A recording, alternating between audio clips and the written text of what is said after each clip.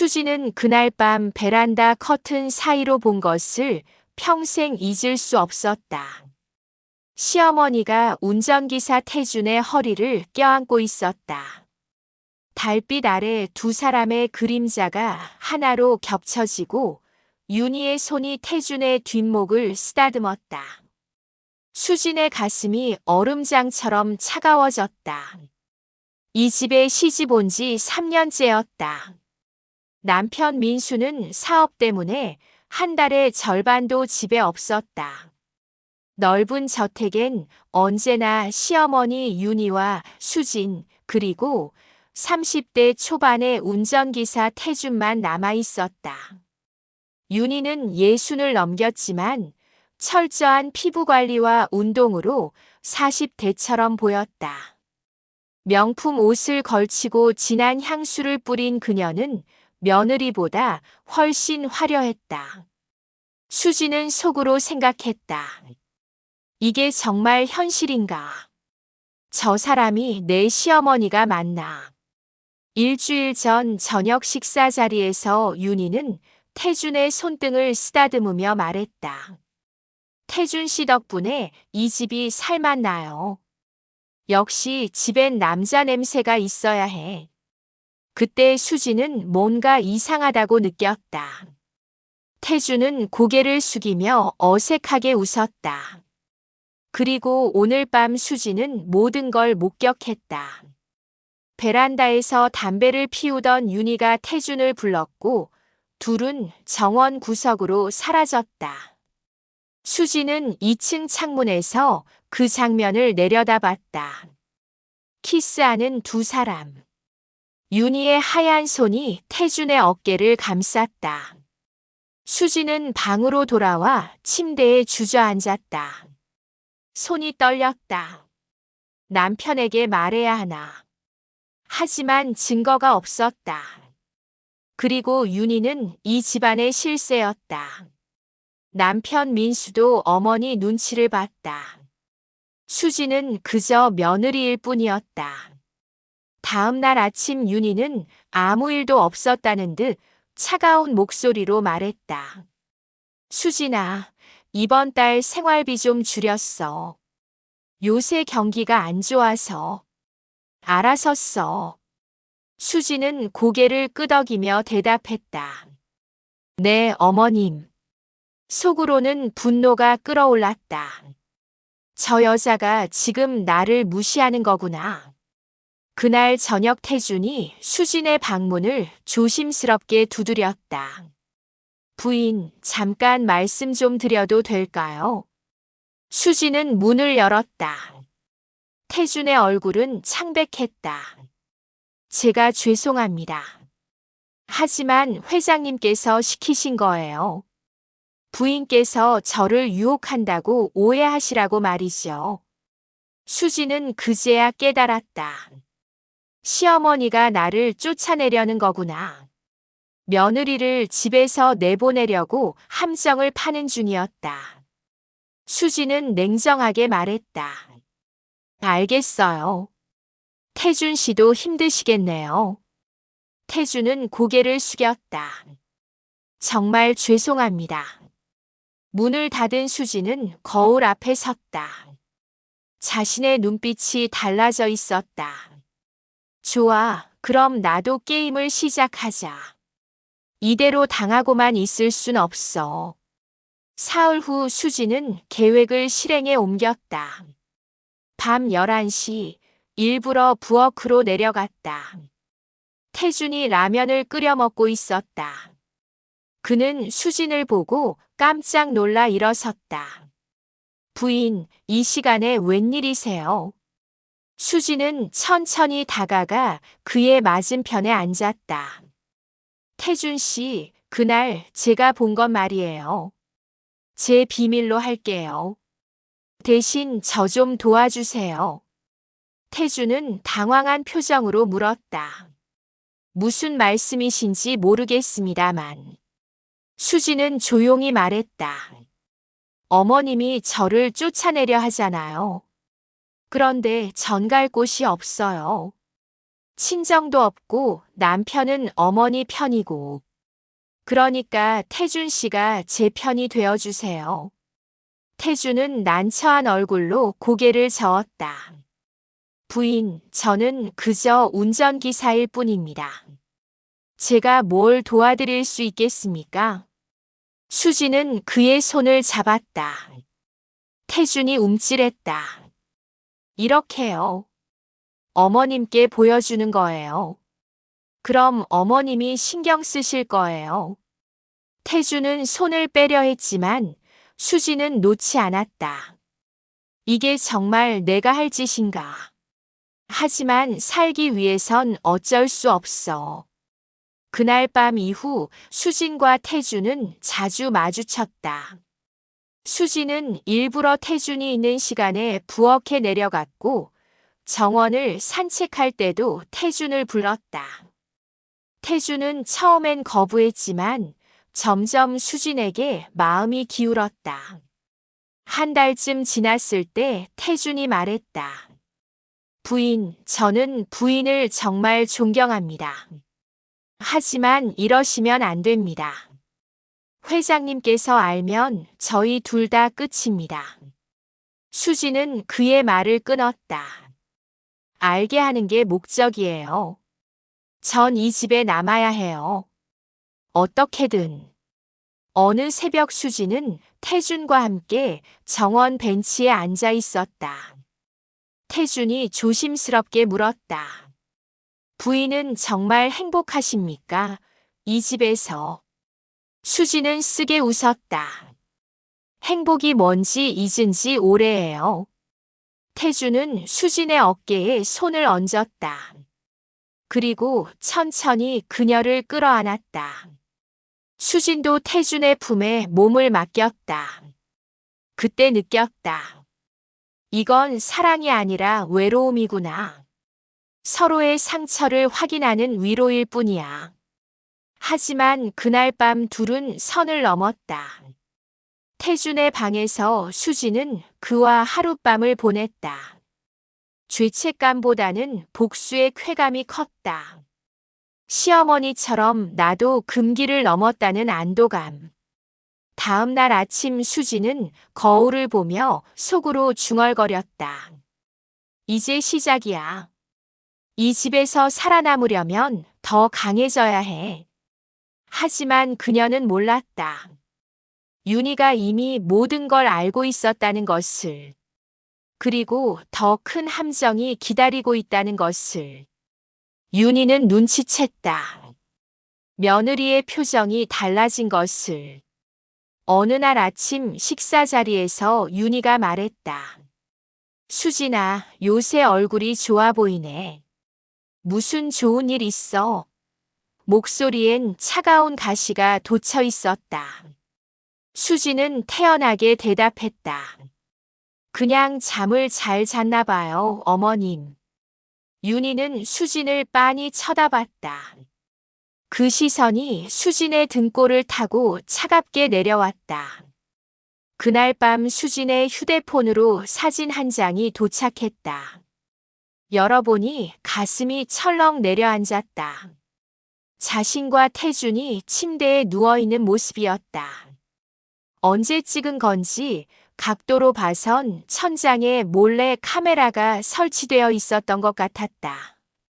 곧이어 윤희의 문자가 왔다. 이제 내가 무릎 꿇을 차례야. 내일 아침 내 방으로 와. 수지는 손이 떨렸다. 완전히 당했구나. 시어머니는 처음부터 나를 함정에 빠뜨리려고 일부러 기다린 거였어. 다음 날 아침 수지는 윤희의 방문을 두드렸다. 들어와. 차갑고 낮은 목소리가 들렸다. 윤희의 손엔 태블릿이 들려 있었고 화면엔 여러 장의 사진이 떠 있었다. 윤희가 말했다. 앉아. 수지는 맞은편에 앉았다. 윤희가 천천히 입을 열었다. 수진아, 넌 정말 순진하구나. 내가 뭘 보고 가만히 있었을 것 같아. 태준이는 원래 내 사람이야. 내가 뭘 해도 그 애는 내 편이지. 수지는 말없이 윤희를 바라봤다. 윤희가 비웃듯 말을 이었다. 그래도 재미는 있더라. 이제 선택해. 조용히 이혼하고 나가든지 아니면 이 사진들이 민수한테 가든지. 수지는 입술을 깨물었다. 이혼하면 한 푼도 못 받는다. 결혼 전 각서를 썼으니까. 속으로 피가 거꾸로 솟았다. 하지만 겉으론 침착하게 말했다. 어머님, 제게 일주일만 시간을 주세요. 윤희는 고개를 갸웃했다. 뭘 할 건데? 수진이 대답했다. 제대로 정리하고 나가려면 준비가 필요해요. 갈 곳도 알아봐야 하고요. 윤희는 잠시 생각하더니 고개를 끄덕였다. 좋아. 일주일. 그 안에 짐 싸서 나가. 위자료는 기대하지 마. 수지는 방을 나왔다. 복도를 걸으며 생각했다. 일주일. 그 안에 뭔가 찾아야 해. 이 집안의 약점을. 시어머니의 비밀을. 그날 오후 수지는 윤희의 서재에 몰래 들어갔다. 책장 뒤 금고를 발견했고 비밀번호를 여러 번 시도한 끝에 열었다. 안엔 서류 뭉치가 있었다. 부동산 등기부등본, 각종 계약서들. 수지는 그것들을 조용히 사진으로 찍었다. 그중 하나가 눈에 띄었다. 윤희 명의로 된 토지가 2곳이나 있었다. 그런데 원소유자 이름이 낯설었다. 박순자. 수지는 그 이름을 어디선가 본 것 같았다. 그날 밤 수지는 남편 민수의 오래된 앨범을 뒤졌다. 그리고 발견했다. 어린 민수를 안고 있는 여자의 흑백 사진. 뒷면에 바랜 글씨가 적혀 있었다. 민수야, 엄마가 항상 사랑한다. 순자가. 순자. 박순자. 민수의 친어머니였다. 수지는 머리가 복잡해졌다. 그럼 윤희는 계모였던 건가? 그리고 그 땅은 친어머니가 남긴 유산이었던 거야. 다음 날 수지는 윤희를 마주쳤을 때 조용히 말했다. 어머님, 박순자라는 분 아세요? 윤희의 얼굴이 순간 굳었다. 어디서 그 이름을 들었어? 수지는 담담하게 대답했다. 서재에서 서류를 봤어요. 어머님 명의로 된 땅, 원래 박순자 씨 거였죠.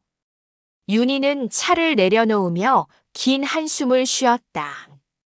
그래. 내가 알아야 할 때가 된 것 같구나. 윤희가 말을 이었다. 수진아, 그 땅은 네 친어머니 거였어. 수지는 귀를 의심했다. 무슨 말씀이세요? 제 어머니는 25에 돌아가셨어요. 윤희는 천천히 고개를 저었다. 내가 알던 어머니는 양어머니야. 진짜 엄마는 박순자. 그 여자는 내 남편, 그러니까 민수 아버지의 정부였어. 수지는 숨이 막혔다. 윤희가 차갑게 계속 말했다. 순자는 민수 아버지한테 2 아이를 낳아줬어. 민수랑 너. 너는 순자가 낳고 다른 집에 입양 보낸 딸이야. 세상이 무너지는 기분이었다. 수지는 떨리는 목소리로 물었다. 그럼 남편이랑 저는? 윤희가 차갑게 웃었다. 이복 남매지. 피는 반 섞였어. 수지는 그 자리에 주저앉았다. 윤희가 말했다. 내가 널 며느리로 들인 이유가 뭔 줄 알아? 복수야. 순자가 내 인생을 망쳐놨으니까 그 딸도 똑같이 불행하게 만들려고. 수지는 숨을 헐떡였다. 속으로 절규했다. 이게 무슨 일이야? 내 인생 전체가 거짓이었던 거야. 윤희가 서류 봉투를 내밀었다. 여기 증명서 다 있어. 유전자 검사 결과도. 넌 순자의 딸이고 민수의 여동생이야. 결혼은 무효지. 수지는 봉투를 받아들고 그 자리에서 울음을 터뜨렸다. 윤희는 냉정하게 말했다. 이제 알았으면 조용히 나가. 네가 여기 있는 것 자체가 범죄야. 수지는 방으로 돌아와 하루 종일 울었다. 모든 게 무너졌다. 결혼도 거짓, 사랑도 거짓, 심지어 내 정체성마저 거짓이었다. 그날 밤 태준이 문을 두드렸다. 부인 괜찮으세요? 수지는 문을 열었다. 눈이 퉁퉁 부어 있었다. 태준은 놀라며 물었다. 무슨 일이십니까? 수지는 태준의 품에 안겼다. 그리고 모든 걸 말했다. 태준은 충격받은 얼굴로 수진을 꼭 안아줬다. 부인, 이건 너무 잔인합니다. 회장님이 어떻게 이럴 수가. 수진은 태준을 올려다봤다. 태준 씨, 저 도와줄 수 있어요? 태준은 고개를 끄덕였다. 제가 할 수 있는 건 뭐든 하겠습니다. 수지는 눈물을 닦으며 말했다. 그럼 저랑 같이 나가요. 이 집을 떠나요. 다음 날 수지는 윤희에게 조용히 다가가 말했다. 어머님, 저 한 가지 여쭤볼 게 있어요.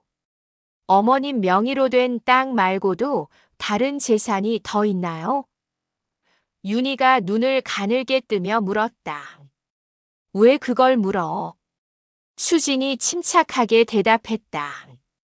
제가 이번 달에 남편 몰래 계좌를 좀 봤거든요.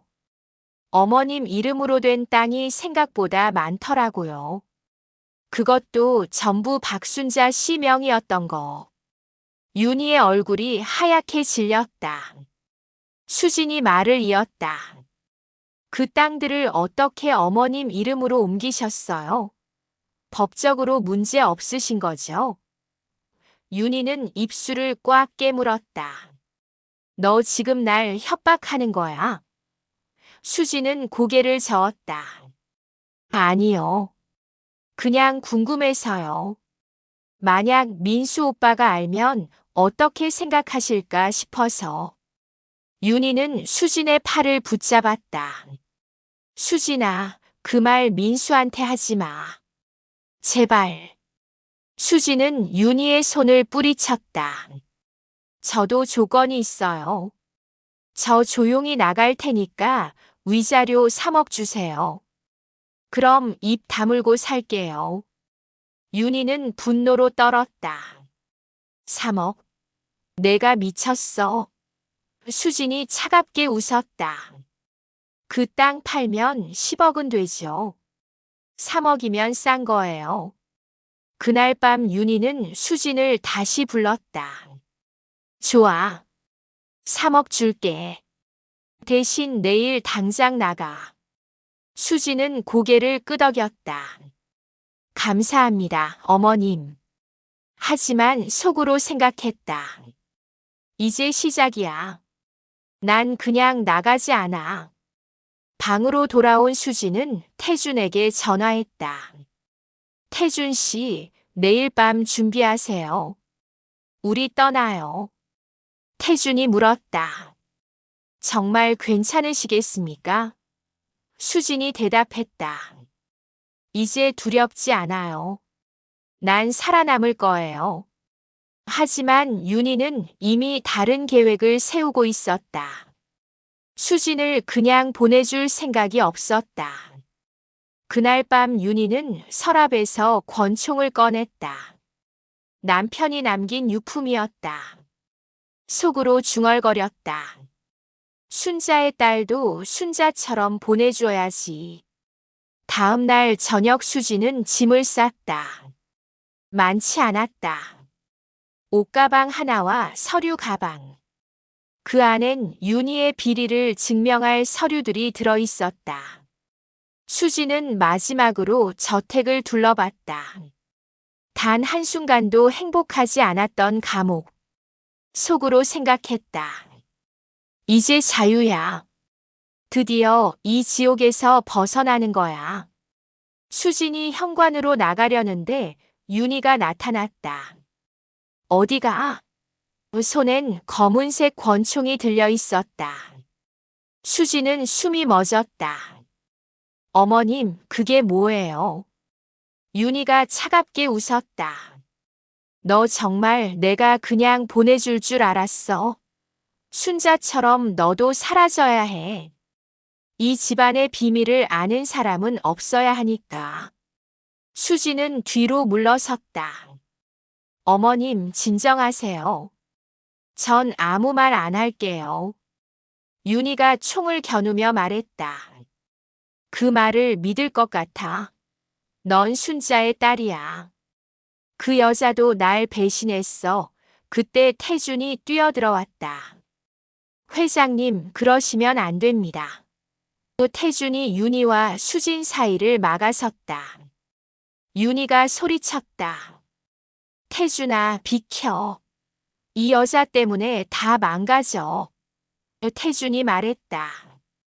회장님, 부인은 아무 잘못 없습니다. 제발 총 내려놓으세요. 윤희의 손이 떨렸다. 넌 내 편 아니었어. 태준이 대답했다. 전 누구 편도 아닙니다. 그냥 사람을 죽이시면 안 된다는 거예요. 순간 윤희의 손가락이 방아쇠를 당겼다. 총성이 울렸다.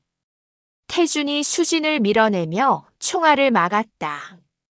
그는 가슴을 움켜쥐고 쓰러졌다. 수진이 비명을 질렀다.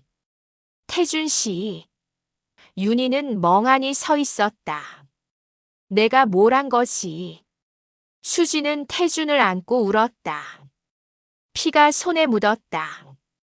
태준이 힘없이 말했다. 부인, 도망가세요. 빨리. 수진은 고개를 저었다. 안 돼요. 같이 가야죠. 하지만 태준은 이미 눈을 감고 있었다. 수진은 윤희를 돌아봤다. 윤희는 총을 바닥에 떨어뜨리고 주저앉아 있었다. 내가 뭘 한 거야? 내가 사람을 죽였어. 수진은 천천히 일어났다. 그리고 바닥에 떨어진 총을 집어들었다. 손이 떨렸지만 총구는 윤희를 향했다. 이 여자 때문에 내 인생이 망가졌어. 이제 끝을 봐야 해. 수진은 윤희를 향해 총을 겨눴다. 윤희는 고개를 들어 수진을 봤다. 싸. 어차피 난 끝났어. 사람 죽인 죄로 감옥 갈 거야. 수진의 손가락이 방아쇠에 걸렸다. 하지만 쏘지 못했다. 이 여자를 죽이면 난 그 여자랑 똑같아져. 복수가 뭐가 중요해. 태준은 돌아오지 않는데. 수진은 총을 내렸다. 그리고 휴대폰을 꺼내 구급차를 불렀다. 여보세요. 사람이 총에 맞았어요. 빨리 와주세요. 윤희가 물었다. 왜 날 안 쏴? 복수할 기회잖아. 수진이 차갑게 대답했다. 전 어머님처럼 살고 싶지 않아요. 법이 심판할 거예요. 구급차와 경찰이 도착했다. 태준은 병원으로 실려갔지만 이미 숨이 끊어진 상태였다. 윤희는 수갑을 차고 경찰차에 실렸다. 수진은 경찰서에서 모든 걸 진술했다. 윤희와 태준의 관계, 자신의 출생 비밀, 그날 밤의 총격. 검사는 수진에게 말했다. 부인 윤희 씨는 살인죄로 기소될 겁니다. 그리고 부인은 결혼 무효 소송을 제기할 수 있어요. 수지는 고개를 끄덕였다. 그렇게 하겠습니다. 한 달 후 재판이 열렸다. 윤희는 법정에서 모든 죄를 인정했다. 제가 태준을 죽였습니다. 그리고 수진을 속였습니다. 모두 제 잘못입니다. 판사는 징역 15년을 선고했다. 수진은 방청석에서 그 모습을 지켜봤다. 윤희가 끌려가며 수진을 봤다. 눈엔 후회가 가득했다. 하지만 수진은 아무 감정도 느끼지 않았다. 그저 공허할 뿐이었다. 재판이 끝나고 수진은 저택을 떠났다. 민수는 이혼에 동의했다. 그도 충격을 받은 상태였다. 그렇게 3년의 결혼 생활이 끝났다. 수진은 작은 원룸으로 이사했다. 윤희가 준 3억은 받지 않았다. 그 돈엔 너무 많은 피와 눈물이 묻어 있었다. 대신 박순자 명의였던 땅 하나를 돌려받았다. 그 땅을 팔아 작은 카페를 열었다. 가게 이름은 순자의 정원이었다. 한 번도 만나지 못한 친어머니를 기리는 마음으로 1년이 흘렀다. 수진의 카페는 동네에서 제법 유명해졌다. 어느 날 카페에 한 남자가 들어왔다.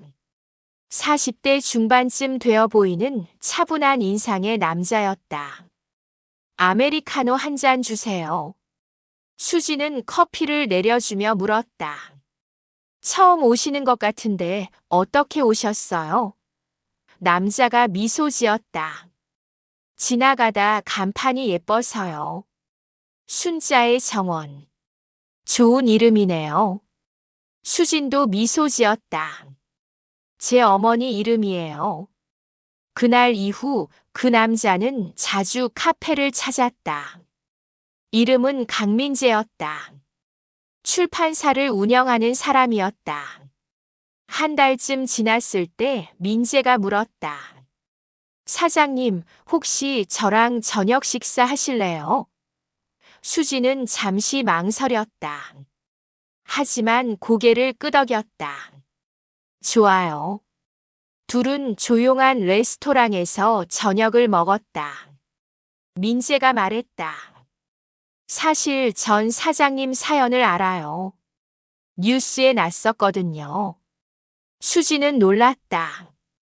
그래서 저한테 접근하신 거예요?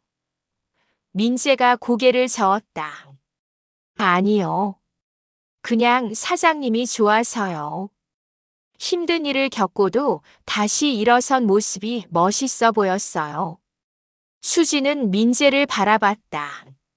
진심이 느껴졌다. 감사합니다. 그 말 힘이 돼요. 그날 이후 둘은 자주 만났다. 민재는 수진에게 과거를 묻지 않았다. 그저 현재의 수진을 받아들였다. 수진도 조금씩 마음을 열었다. 어느 저녁 민재가 말했다. 수진 씨, 전 사장님을 사랑합니다. 천천히 가도 괜찮아요. 제 곁에 있어 주세요. 수지는 눈물이 났다. 이렇게 순수한 고백을 받아본 게 얼마만인지. 저도 민재 씨가 좋아요. 하지만 전 상처가 많은 사람이에요. 민재가 수진의 손을 잡았다. 상처 없는 사람이 어디 있어요? 저도 이혼 경험 있어요. 우린 서로를 치유할 수 있어요. 그렇게 둘은 조심스럽게 사랑을 시작했다. 한편 감옥에 있는 윤희에게서 편지가 왔다. 수진은 며칠을 고민하다 편지를 열었다.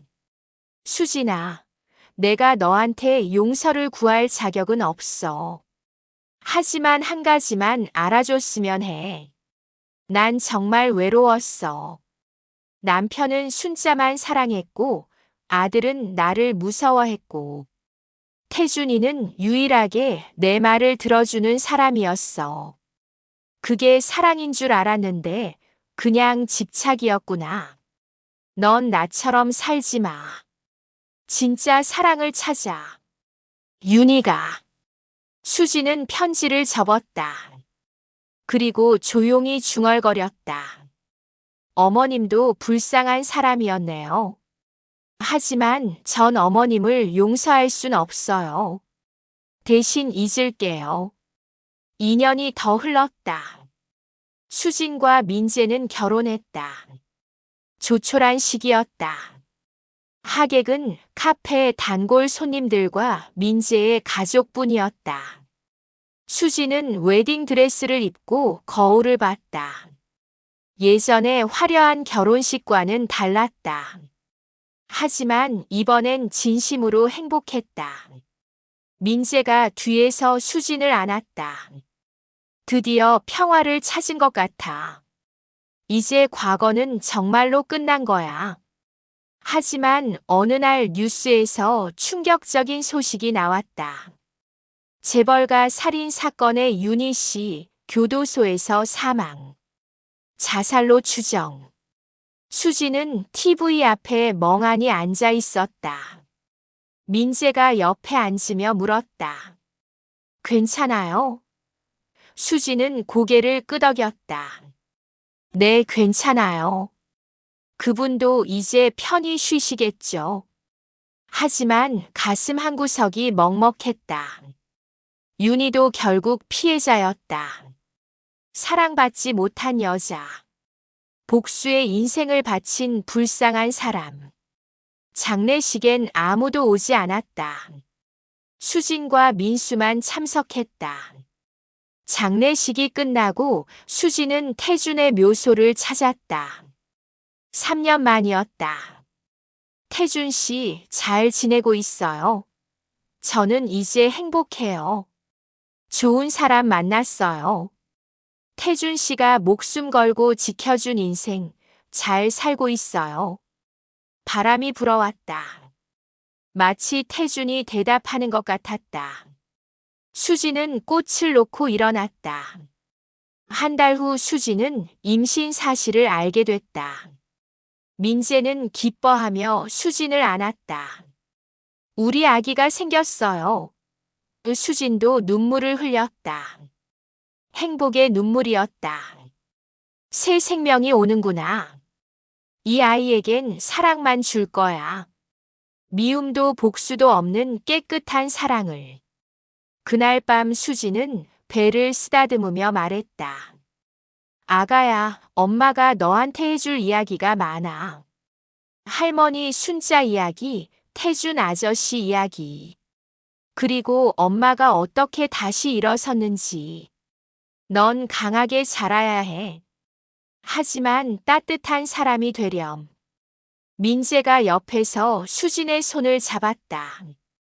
우리 아이는 분명 좋은 사람으로 자랄 거예요. 당신 닮아서. 수지는 민재를 바라보며 미소 지었다. 당신 덕분이에요. 당신이 절 구해줬어요. 밖엔 봄비가 내리고 있었다. 새로운 계절이 오고 있었다. 수진의 인생에도 새로운 봄이 찾아왔다. 이제 더 이상 시어머니의 그림자도 과거의 상처도 수진을 괴롭히지 않았다. 그녀는 진짜 자유를 얻었다. 그리고 진짜 사랑을 찾았다.